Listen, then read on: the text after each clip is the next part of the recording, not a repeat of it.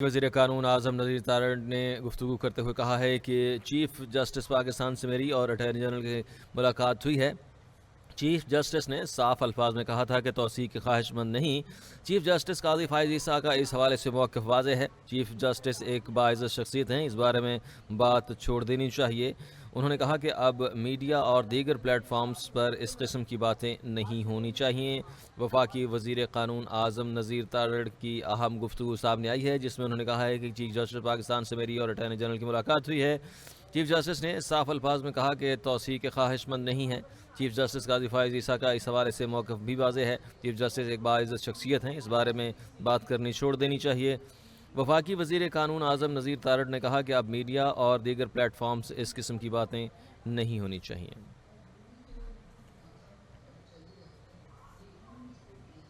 दिया था कि वो किसी किस्म की तोसी में इंटरेस्टेड नहीं है। जनरल साहब की मुलाकात हुई थी तो उस वक्त भी ये मीडिया में खबरें चल रही थी और उन्होंने बिल्कुल साफ अल्फाज में कह दिया था कि वो किसी किस्म की तोसी में इंटरेस्टेड नहीं है। मेरे ख्याल में अब इस पे बार बार बात करना गैर मुनासिब है। मैं बड़ी क्लैरिटी से ये बात कर रहा हूँ कि चीफ जस्टिस पाकिस्तान काज़ी फ़ाइज़ ईसा साहब ने इस बाबत जुडिशल कमीशन की एक मीटिंग के बाद मुझसे और अटॉर्नी जनरल से बात करते हुए कहा था कि वो किसी किस्म की तौसीक़ के ख्वाहिशमंद नहीं है और मेरे ख्याल में वो एक बाइज़्ज़त शख्स है, एक कॉन्स्टिट्यूशनल ऑफिस होल्डर है। हमें अब इस बात को छोड़ देना चाहिए। दूसरी बात राना साहब ने दुरुस्त की है कि नंबर्स ही नहीं है। 2/3 मेजॉरिटी की बात तो तब ये बातें तब होंगी जब नंबर्स हों।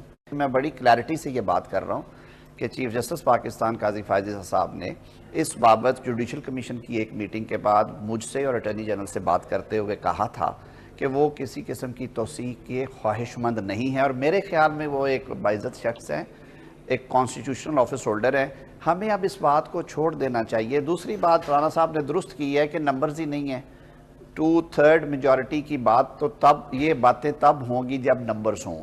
तो ये सारी बातों को इकट्ठे सोचना चाहिए और मैं यही बाकी अपने कुलीग से, दोस्तों से भी ये रिक्वेस्ट करूंगा, मीडिया में जो दोस्त मौजूद हैं, कि कोई किसी और टॉपिक पे अब बात किया करें। इस पे बहुत बात हो चुकी है, ये बिल्कुल वाज़ेह बात है। उन्होंने बिल्कुल साफ अल्फाज में कह दिया था कि वो किसी किस्म की तौसीक़ में